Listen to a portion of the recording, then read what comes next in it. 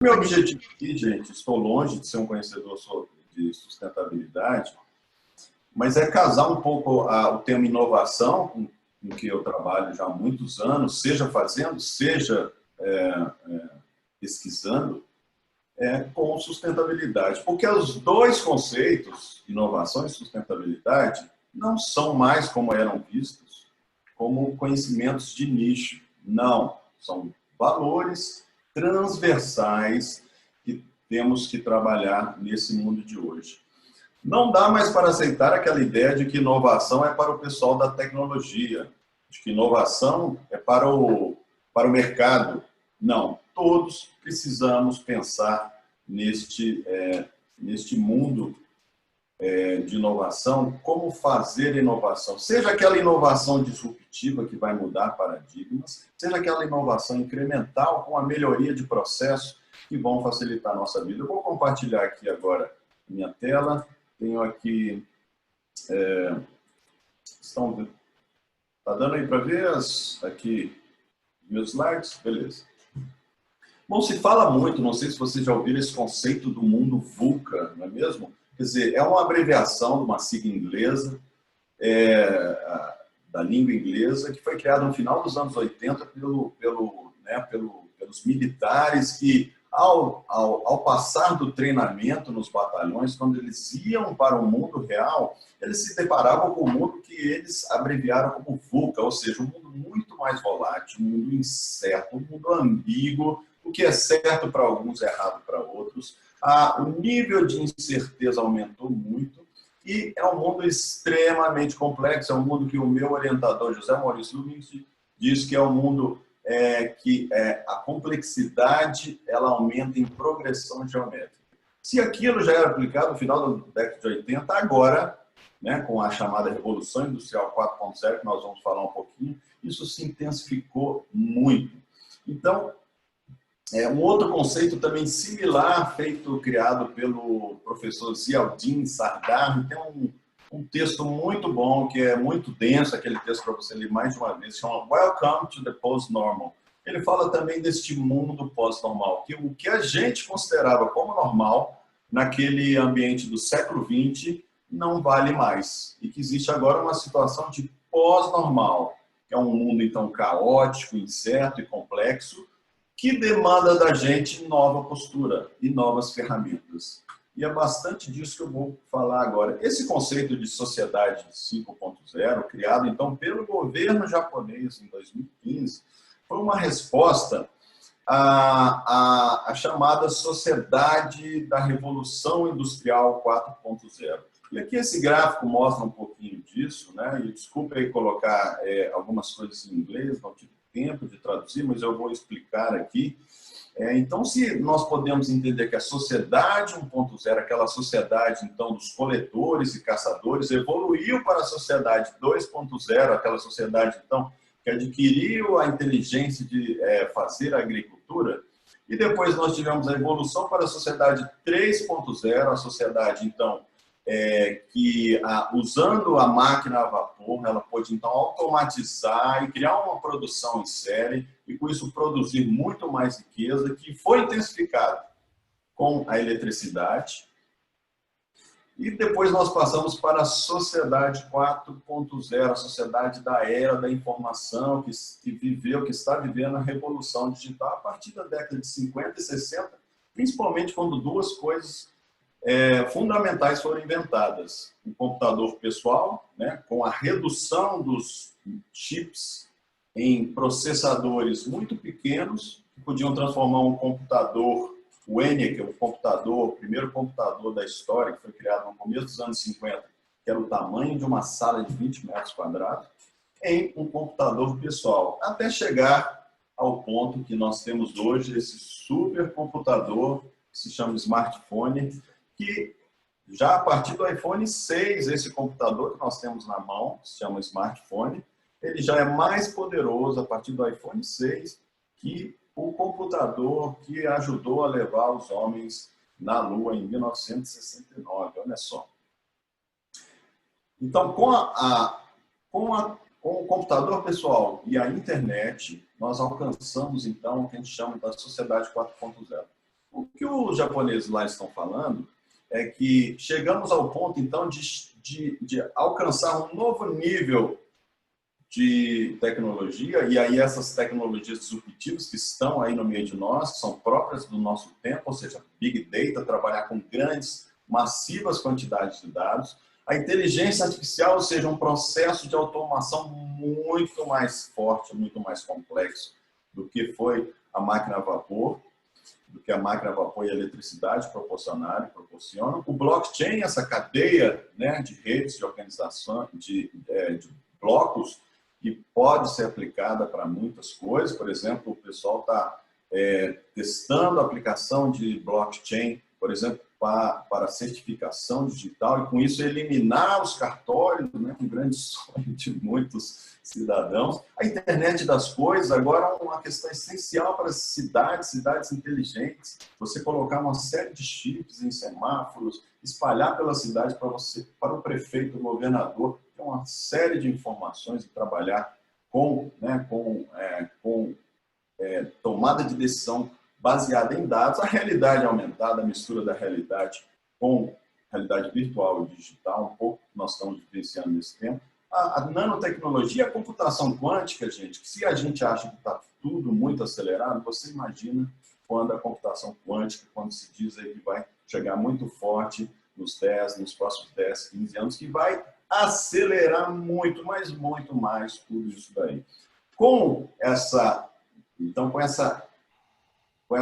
essa fusão de novas tecnologias, é o que a gente está vivendo, que se chama da Revolução Industrial, né? A quarta Revolução Industrial, os japoneses desenvolveram esse conceito, então, da sociedade 5.0, que tem que ser focada no humano, ela tem que ser aberta, ela tem que ser inclusiva, essas tecnologias têm que gerar, têm que canalizar valor para a sociedade, para o homem, para a mulher. Não faz mais sentido, dentro dessa perspectiva de sociedade 5.0, simplesmente a usar a tecnologia, a inovação para a busca incessante de lucro, ou para sustentar organizações meramente burocráticas que vivem para si mesmo. Não. O foco tem que ser no cidadão, o foco tem que ser nos agentes do Estado e o foco tem que ser também nos colaboradores. Então, esse cenário, colegas, traz aí uma grande mudança, né? A mudança está nos rodeando, nós estamos o tempo todo tendo que lidar com mudança. Isso demanda da gente, então, uma atuação mais ninja, mais adaptável, mais flexível, como o bambu, né? O vento bate, ele volta para o estado original. Então, trabalhar com mudança significa que os nossos paradigmas do século XX não servem mais para lidar com esse mundo tão muito mutável. Então, podemos, inicialmente, concluir o seguinte, que é preciso inovar como nunca. Inovar se tornou, então, uma competência transversal para todos, sem exceção, daquele colaborador no nível operacional até o gestor mais estratégico. Ele tem que ter o pensamento voltado para a inovação. E não há como fazer isso sem capacitação constante. É o que os americanos chamam de long life learning, capacitação para a vida inteira. Seja a capacitação mais formal, que está perdendo força, até aquela capacitação mais informal. Hoje, você consegue aprender, como eu consegui aprender a fazer cerveja vendo YouTube, a cozinhar. Quem diria eu aprender a cozinhar com vídeos do YouTube.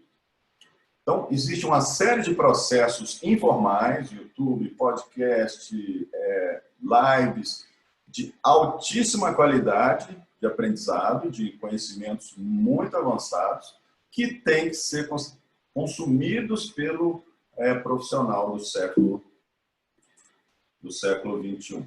Bom, eu vou falar aqui rapidinho de organizações, depois eu vou falar de pessoas.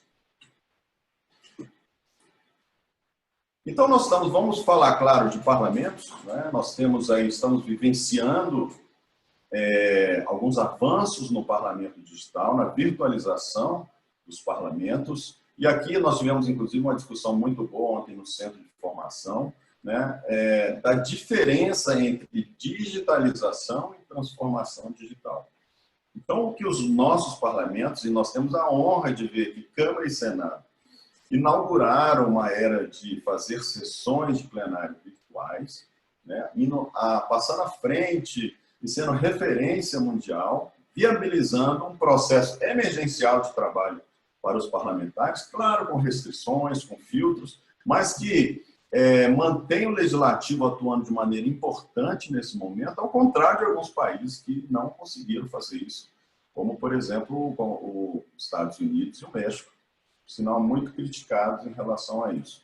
Agora, nós não podemos esquecer, e está aí o professor Silvio Meira, uma grande referência na questão de transformação digital, quando ele diz que transformação digital, que é uma palavra hype, que todos nós que trabalhamos em qualquer organização precisamos passar, é 99% de transformação e 1% do digital. Então, para a gente não confundir digitalização, isso aqui é muito importante, com transformação digital. Então, quando nós simplesmente digitalizamos as sessões de plenário para o mundo digital, reproduzindo um pouco como ela funciona para o mundo digital, nós praticamente digitalizamos. Agora, a provocação é, podemos sim aproveitar essas novas tecnologias, e no caso de Câmara e Senado, em muitas assembleias e câmaras municipais, nós temos condições de prover, ao contrário de muitos parlamentos, infelizmente, para realmente fazer inovações que possam realmente criar um novo processo legislativo, um processo legislativo que viabiliza, inclusive, o parlamentar a participar mais, inclusive quem crie processos institucionais de participação do cidadão.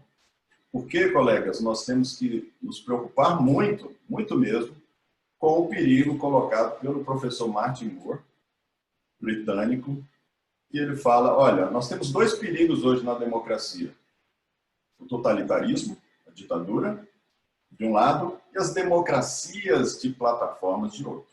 Ou seja, aquela democracia, discussões políticas, as discussões sobre políticas públicas que acontecem nas plataformas de redes sociais, que são muito boas, têm várias vantagens. Nós usamos como consumidores ou para fins recreacionais essas redes, mas quando aplicamos uma metodologia de mercado que é baseada em venda de informações e de marketing segmentado para a lógica da discussão política e de políticas públicas, nós criamos um processo muito perigoso, alertado pelo professor Martin Moore, de, digamos, terceirização dos debates, inclusive parlamentares, que estão acontecendo, por exemplo, que acontecem no Twitter, que acontecem no Facebook, que acontecem no WhatsApp, todas ferramentas de empresas americanas, basicamente localizadas ali no Vale do Silício.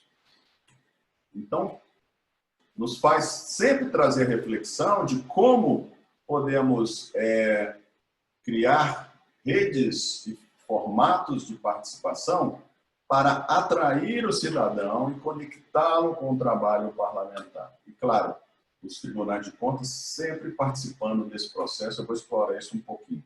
Eu, há 2 anos atrás, participei de um encontro com 22 especialistas do mundo, coordenados lá pela professora Beth Novak, e desenvolvemos um manifesto de crowd law, ou seja, utilizar a sabedoria das multidões para a elaboração das leis. O que nós fazemos, nós, pessoas que trabalham em legislativo, ainda muito pouco, de maneira muito tímida, muito incremental, e eu acho que está na hora de subir de nível.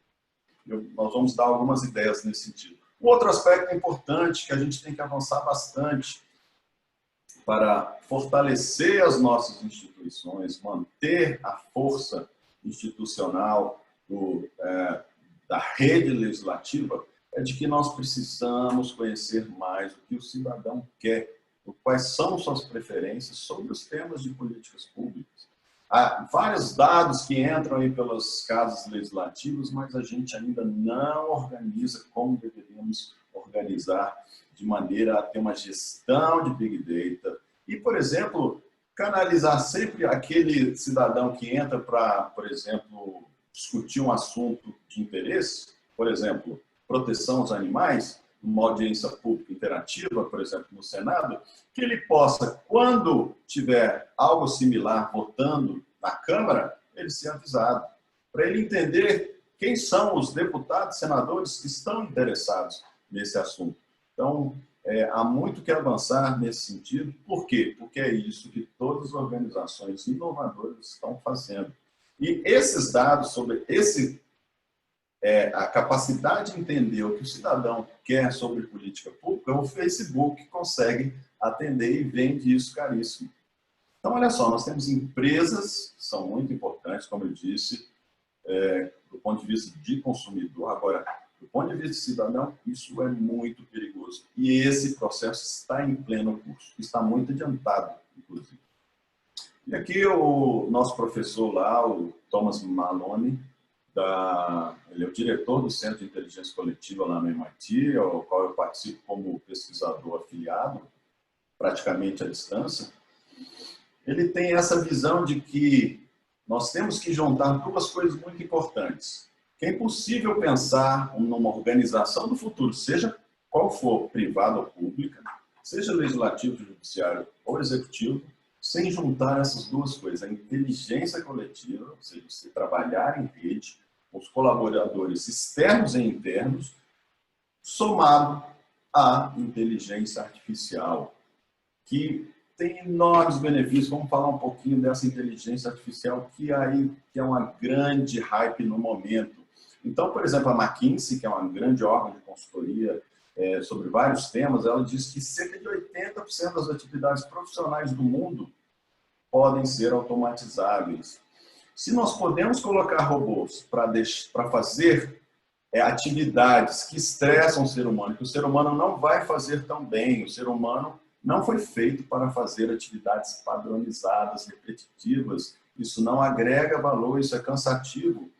E a máquina vai fazer melhor, porque a máquina não tem cólica, a máquina não está triste porque brigou com a esposa, a máquina não está cansada, ela pode fazer isso de maneira padronizada. E também essa pesquisa que diz aí 30%, eu acho que foi até benevolente, do tempo de servidores para atividades burocráticas. Então nós temos muitas coisas, aqui alguns exemplos, colegas, de atividades que podem ser feitas por algoritmos, por robôs programados, como, por exemplo, compras de produtos como água mineral. Né? E aí, um colega deu aí uma ótima ideia de como minimizar esses gastos. Pagamento de pessoal, a folha de pagamento, e várias empresas usando a inteligência artificial para fazer esse trabalho, verificação de fatura, e até trabalhos que, em tese, são considerados muito humanos, como de consultoria, mas que são muito repetitivos. E é o que está acontecendo, por exemplo, na carreira jurídica, que está passando por um processo de transformação que vai ser avassalador, né, com muitas das profissões da área jurídica sendo trocadas por softwares, por robôs. Até o ato de julgar, sim, até o ato de julgar, alguns robôs estão fazendo, em alguns casos com uma boa eficiência. Nós temos casos de robôs que fazem até música, que tocam jazz. Então, cabe a nós, claro, com a visão de gestores, pensar no que podemos fazer para, então, automatizar as coisas padronizadas e, com isso, reduzir muito o custo material e humano desses trabalhos. E essas pessoas vão ficar desempregadas sem fazer nada? Não. Vocês devem se lembrar, não, mas já devem ter ouvido falar da história, então, quando surgiu o carro, né, o que aconteceu com toda a indústria da carruagem da época. Então, claro, quem apostou na indústria da carruagem na época, né, então lá digamos assim, a pessoa que conduzia, o condutor da carruagem perdeu o emprego, o fazendeiro que criava cavalos também teve seus negócios quebrando. Agora, uma série de outras oportunidades de empregos foram criados com a indústria do carro. Claro que gerou outros problemas também. mas eu sou daqueles que acreditam que nós podemos sempre canalizar a força humana para trabalhos, então, melhores, mais inovadores, mais sustentáveis e que agreguem mais valor, inclusive, para o próprio ser humano. Então, hoje, algo que as diretorias de recursos humanos, os órgãos de recursos humanos, ganharam extrema importância no mundo de hoje. Porque é importante ter colaboradores felizes. É uma questão de eficiência. Você tendo menos pessoas que vão tirar licença de saúde, você tendo menos pessoas que pedem para sair, porque o custo de contratação, ainda mais no serviço público, é enorme. Fazer concurso público, etc., treinar as pessoas. Então, ter pessoas felizes e que se mantêm nas suas organizações é hoje um valor muito, mas muito procurado pelas organizações. E aqui eu tenho pesquisado bastante inovação organizacional. Como é que organizações públicas e privadas no mundo têm remexido a maneira como se organizam para, então, ter um ambiente mais eficiente, mais humano, que agregue mais valor, mais importante de tudo, que agregue mais valor para o seu negócio. Então, estamos passando de empresas, de organizações hierárquicas, organizações matriciais que agregavam a coisa dos projetos, agora para organizações em rede. Então, por exemplo, a líder mundial de produção de aparelhos eletrodomésticos e coisas de cozinha, etc., que chama Haier, uma chinesa, ela criou um sistema de, em vez de ter departamento de recursos humanos, departamento de pesquisa e desenvolvimento, departamento financeiro, departamento de tecnologia, ela espalhou toda a sua força de trabalho, mais de 12 mil pessoas, em células de 12 a 15 pessoas, que funcionam basicamente como startups. E, claro, se criou toda uma governança para lidar com isso, mas o foco disso foi em inovação. Por isso que é uma das empresas mais inovadoras e várias outras, inclusive no Brasil, por exemplo, a Senco, a Vagas, são empresas que estão fazendo isso. Mas isso também tem acontecido em alguns ambientes públicos. Por exemplo, o Ministério da Seguridade Social da Bélgica. Um ministro lá absolutamente disruptivo, que parece estar lá até hoje, e ele permitiu que os funcionários ficassem os ambientes físicos de acordo com a maneira que eles achavam melhor. E, obviamente, instituindo o teletrabalho. Então, lá o colaborador ele tem a opção de trabalhar em casa, de trabalhar neste lugar que é muito mais afável, que é muito mais divertido, que é muito mais agradável. E, com isso, ele reduziu de 30%, que era a taxa de saída, né, para cerca de 5%. Então, existem vários outros casos. Por exemplo, o caso de um capitão, o David Marr, capitão da Marinha Americana, não tem nada mais hierárquico do que o Exército, né, do que a Marinha. Ele absolutamente delegou, exerceu o que a gente chama da liderança que fortalece a liderança. Então, o líder do novo tempo, dos novos tempos, é aquele viabilizador de outros líderes. Então, ele deu enorme poder de autonomia para todas as instâncias abaixo dele, dentro do submarino que ele comandava. Isso gerou uma performance das melhores, se não a melhor, comparado com todos os outros submarinos. Porque, à medida que você empodera como líder, diminui intermediários, empodera a base, você desenvolve o poder de autonomia e responsabilidade, e, consequentemente, de comprometimento com o trabalho em si, não com o chefe, com o trabalho em si. E, obviamente, tudo isso com grande transparência. Então, colaboração, gente, que sempre foi algo, uma coqueluche, quase, né, algo de autoajuda. Não, temos que colaborar. Hoje virou necessidade, hoje é questão de eficiência. A pandemia está mostrando isso. O mundo inteiro está tendo que colaborar e cooperar entre si para resolver os problemas cada vez mais complexos do mundo de hoje. E o professor Zialdin Zadar, lá do Pós-Normal, ele fala, olha, vamos ter várias crises. Nós estamos vendo agora uma crise racial nos Estados Unidos, são crises sobre crises, E essas crises, elas não passam rápido, elas vêm com outras dimensões, é tudo muito complexo. Então, isso implica de nós... Desculpa. Então, colaborar cada vez mais. Deixa eu dar um exemplo concreto do que já aconteceu em termos de colaboração legislativa, que serve como inspiração. Eu tive a honra de participar disso, entre muitas outras que vocês já fazem. Então, por exemplo, o portal da E-Democracia da Câmara dos Deputados, aí é um portal com mais de 10 anos de participação social do cidadão no poder legislativo. O Senado também tem um maravilhoso E-Cidadania. E nós vimos que muitas assembleias e câmaras não têm as condições maravilhosas, né, que nós, Câmara e Senado, temos de desenvolver esse tipo de tecnologia. Então, o que a gente fez? A pedido da Câmara Distrital do Distrito Federal, muita gente pedia, Câmara, você pode fornecer o portal E-Democracia? Podemos, mas chegava lá, a pessoa tinha que fazer um download, baixar, tinha que ter um desenvolvedor para fazer isso. Tinha um custo também muito grande para aquela Câmara, por exemplo, mais de 50 mil pessoas, né?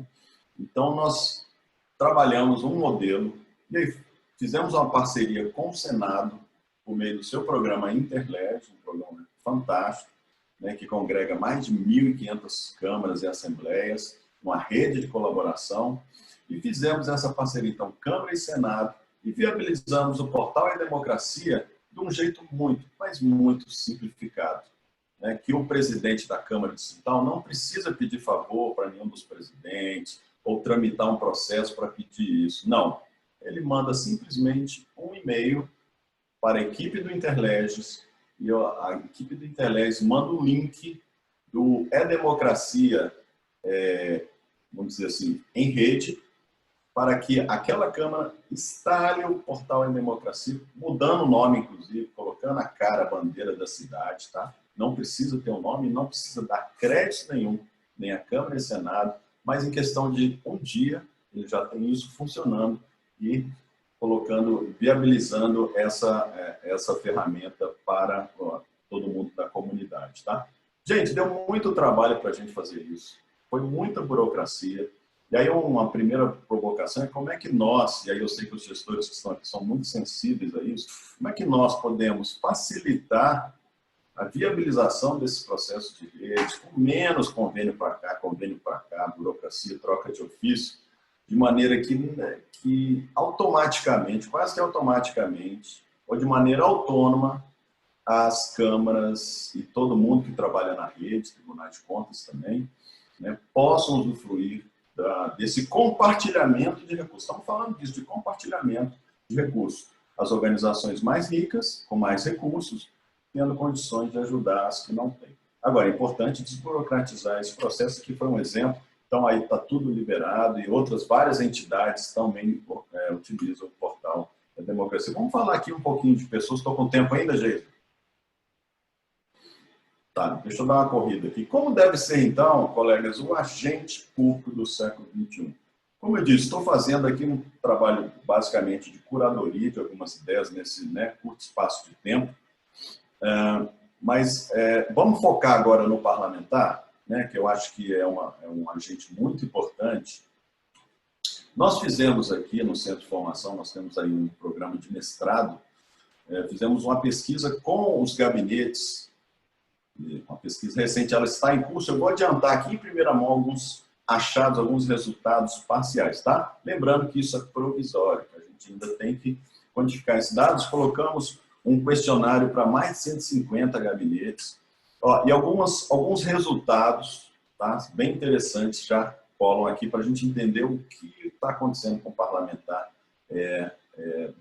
dessa legislatura. Uma maior profissionalização dos gabinetes. Os parlamentares estão procurando equipar. Foi criada até uma ONG que se chama Legisla Brasil, se não me engano, que é um headhunter, um caçador de talentos, um preparador de talentos para trabalhar especificamente em legislativos. Olha só, isso é um bom sinal, eu acho. O descolamento do parlamento também é um fenômeno que a gente tem que estar de olho, ou seja, o parlamentar, às vezes, ele gasta muito tempo, mais tempo nas redes sociais, trabalhando em outras questões. somente nas discussões políticas.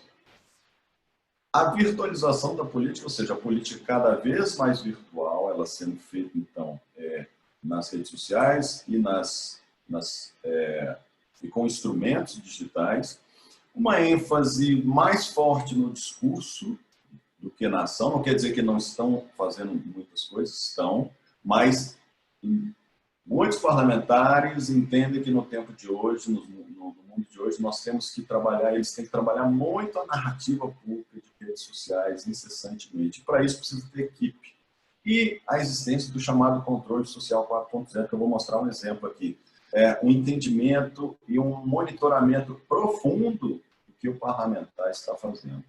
Então, nós estamos vendo aí que muitos parlamentares agora contratando estrategistas de comunicação com visão política para poder lidar com este arcabouço de redes sociais, né? São muitas redes sociais, cada uma implica num conteúdo diferente, uma linguagem diferente, uma lógica conversacional diferente. Contratando cientistas de dados, porque tudo isso implica em muitos dados. Quem não trabalha com dados hoje está cego, não sabe o que está acontecendo, não há mais espaço para o achismo, né? A intuição, político, feeling, claro, é muito importante, mas aqueles parlamentares que estão trabalhando com dados estão fazendo a diferença, principalmente na questão da comunicação. Aqui um projeto de controle social 4.0 dos mais modernos do planeta, recente, parlametria. E o que os caras estão fazendo aqui? Eles conseguem, cruzando uma infinidade de dados, de Câmara e Senado e de outros dados, né? Dados de notícias da internet, dados de digital influências da política e outras informações que Câmara e Senado não têm, que o Legislativo não tem, eles conseguem fazer uma espécie de medidor da temperatura política de um determinado projeto de lei, o assunto entrar na pauta ou não. Olha só. Isso, sim, será que isso pode ser mensurável? Eu acho que sim, isso pode ser mensurável. Até porque eles colocam também algumas pessoas que trabalham em bastidores para também alimentar, calibrar esse algoritmo lá do parlamento. Então, eles estão conseguindo, isso ainda está sendo, né, viabilizado, um medidor de temperatura, se aquele determinado tema ou proposição vai entrar na pauta, tende a entrar na pauta nos próximos dias ou não. Estão criando também uma coisa chamada um detector de jabutis em emendas de projetos de lei. A gente sabe, né, aquelas emendas estranhas, de objetos estranhos que são colocados ali e passam meio despercebidas. Então, eles criaram aí um procedimento para detectar os chamados jabutis. E também o mapeamento das redes parlamentares, algo aqui muito importante, né? Quer dizer, parlamentares são muitas vezes afinados com outros parlamentares de outros partidos para alguns temas, em detrimento de outros, uma necessidade muito grande parlamentar, isso de entender quem pensa como ele em determinados assuntos, de todos os partidos. Então, essas coligações transpartidárias cada vez mais fortes, e aí os caras também fazendo um mecanismo para viabilizar esse instrumento parlamentar. Eu acho que ganha muita força e talvez mereça da nossa parte uma atenção maior, por exemplo, nas frentes parlamentares e nas comissões ad hoc criadas, que têm uma visão multidisciplinar, muitas vezes mais efetiva do que as chamadas comissões permanentes. Agora vamos falar rapidinho do servidor público. Você ainda acho que tem um minutinho aí, né, Jesus, que a gente pode falar. Desculpe novamente por esse slide aqui em inglês, mas eu tirei isso aqui do Nesta. Nesta é um think tank britânico focado em inovação, dos melhores que tem. Ele fala, olha, se você quer aumentar a performance do seu colaborador, gestor, você precisa trabalhar com esses 3 pontos aí. Ele precisa ter as habilidades necessárias para lidar com o mundo de hoje, ele precisa estar altamente motivado e nós precisamos criar oportunidades para que ele exerça essas vocações. Aí você vai alcançar um máximo de performance. E aí se fala muito hoje, gente, isso era antes com muitos preconceitos, algo da autoajuda e etc. Mas hoje, deixar o colaborador feliz e ajudá-lo a encontrar o que os japoneses chamam de Ikigai é uma questão de aumentar a sua performance. E aí o Ikigai mais ou menos funciona assim, olha, auxiliar o colaborador a encontrar o que ele ama fazer com o que ele é bom, não necessariamente são duas coisas iguais, com o que a sua organização precisa dele, tá? E no caso aqui que eles falam, pelo que pode ser pago, ou seja, isso aqui a gente adaptando, isso aqui é aplicado para qualquer organização, né? De que forma as promoções, por exemplo, que têm ganhos financeiros, podem estar ligados a isso. Achar a intersecção, o ponto em comum daquele colaborador, dele fazer o que ele gosta, com o que ele é bom, de acordo com o que a organização precisa, vai conseguir dele o seu melhor. Você vai conseguir desse colaborador ele trabalhar com a dedicação que nenhum outro controle de forma vai conseguir. Como se tornar, então, esse colaborador inovador? Então, vou falar aqui rapidamente de 5 passos que eu tenho colocado nos meus cursos. Eu tenho um curso chamado Servidor Inovador. A gente também dá palestras aqui, mini cursos no Centro de Formação e Treinamento. Então, são basicamente 5 passos. Aí eu encerro aqui a minha fala. Primeiro, temos que estimular o desenvolvimento de um modelo mental voltado para a inovação. Como fazer isso? Primeiro, todo mundo tem que adquirir, tem que consumir, de alguma forma, os conteúdos sobre inovação do mundo. Acontece muita coisa de inovação, o mundo está bombando. E a gente ficar numa bolha do trabalho, às vezes não está vendo o que está acontecendo. Entender as tecnologias. Todo mundo tem que entender, por exemplo, para que serve inteligência artificial. Você não precisa ser um especialista em inteligência artificial, mas você precisa entender as suas aplicações. Isso é muito importante, porque você vai saber como resolver alguns problemas que você tem. E o que você precisa se inspirar nas inovações que estão acontecendo no mundo e no Brasil. No Brasil está acontecendo muita inovação na área pública e a gente precisa conhecer para se inspirar. À medida que você desenvolve esse modelo mental voltado para a inovação, você está inspirado, você precisa aprender como fazer. E aí, gente, há uma grande democratização de ferramentas técnicas. Design thinking, jornada do usuário, a experiência do usuário, uma série de metodologias com digital, sem digital, que estão muito acessíveis. Eu participo de várias redes de inovação. Existem manuais aí com essas ferramentas, vídeos que ensinam a fazer. Você pode participar como colaborador. Então, só para citar um exemplo, existe um manual de Design Thinking da ENAP, a Escola Nacional de Administração Pública, que é fantástico. Tem as ferramentas no manual do Tribunal de Contas da União, que tem ali muita coisa fácil de usar.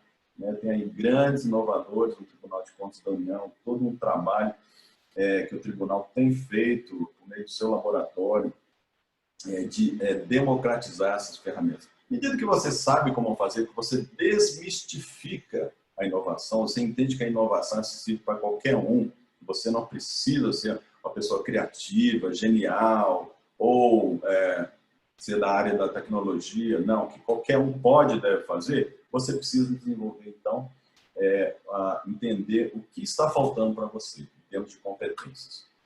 O quarto passo, é você então, entender as regras invisíveis da burocracia e da política. A política pode ser e deve ser sua aliada. Então, existem aí sempre gestores estratégicos, parlamentares, políticos muito bons. Eu sempre tive o apoio de parlamentares excelentes que fazem inovação, que têm muitas ideias incríveis, né? Eu já vi isso acontecer demais, para que você tenha, então, a oportunidade, a força para tocar a inovação. E aqui está o mais importante de tudo. Como é que vai ser o futuro? O futuro é aquele que a gente experimentar. Então, não há como avançar na modernização das nossas organizações e no trabalho em rede se a gente não experimentar bastante. Experimentando pequeno, com ciência, avaliando, com cuidado. Tem todo um jeito de fazer isso que vai desmistificando alguns medos que nós temos e aí nós vamos fazendo a gestão de risco com mais efetividade e com mais aceleração. Então, para encerrar, Jair, e falando aqui um pouquinho das competências, nós sempre fomos muito focados nas chamadas competências técnicas. Aquela competência que você tem que ser bom para você entrar por meio de um concurso público, ou que muitas vezes a sua contratação de carga em comissão, de função de confiança, vai exigir isso, que você seja um excelente técnico. O problema é que as pessoas gastam quase todo o tempo se dedicando a melhorar esse aspecto técnico e não investem tanto nas chamadas competências socioemocionais, ou soft skills, e agora as competências digitais, que são muito importantes. Né? Então, aqui está, por exemplo, a lista de 10 habilidades que, que o Fórum Econômico Mundial ele levanta em relação ao que é preferível hoje para as organizações em 2020. Então, por exemplo, tudo isso aqui, basicamente, são competências socioemocionais, gestão de pessoas, criatividade, pensamento crítico. Então, nós temos organizações que contratam as pessoas mais por essas capacidades do que se ela é uma boa técnica de saúde, por exemplo. Porque uma vez que ela tem, digamos assim, um hardware bom, com essa é adaptável, ela aprende rápido as coisas, ela é aberta, ela é curiosa, ela tem um pensamento crítico, questiona as coisas, ela rapidamente vai aprender a técnica. Então, a técnica não é mais tão importante. E, por fim, nós temos aí que estar sempre de olho, por exemplo, nas competências digitais. Aí, o meu último slide, né, me desculpando aí por ter passado um pouquinho do tempo, temos que experimentar sem fim. A experimentação, ela vai nos mostrar o caminho. Experimentando. Então, o que nós temos que fazer aí? Uma provocação para os gestores que estão aqui. Liberar a turma para experimentar. Claro, com critérios, gastando pouco, com altíssima transparência para que todo mundo possa ver. A transparência, ela já resolve um monte de problema. Estimular o trabalho em rede, com menos formalidade. Esse caso que eu contei da democracia, Câmara e Senado, nós começamos numa rede informal, depois que nós fomos formalizar lá para frente. A formalização demorou muito, mas, digamos assim, fizemos, entre aspas, a conspiração do bem, e as redes funcionam para isso. A gente troca com muita gente de vários órgãos, e depois, quando a coisa chega, já está pronto. Só que você tem todo esse lastro de formalização. Dados são, né, alguns dizem que dados serão um novo petróleo. Dados são mais preciosos que o petróleo, até porque o petróleo anda embaixo, não é mesmo? Então, temos que cuidar melhor dos nossos dados. Nós temos que ter exércitos de pessoas trabalhando as bases de dados, melhorando esses dados, integrando esses dados, porque isso é o grande tesouro que as nossas organizações têm no final das contas. E a capacitação multidisciplinar para todos. Então, nós temos que investir pesado em capacitação. Como eu disse, não necessariamente formal, né? A própria rede é uma forma de você se capacitar, e com isso nós vamos ter aí colaboradores para trabalhar em qualquer coisa. É isso que nós temos que precisar. Então, nós temos que construir. Nós não precisamos mais daqueles super especialistas. Nós precisamos de pessoas que sejam coringas para trabalhar com qualquer coisa, seja para onde for as nossas organizações.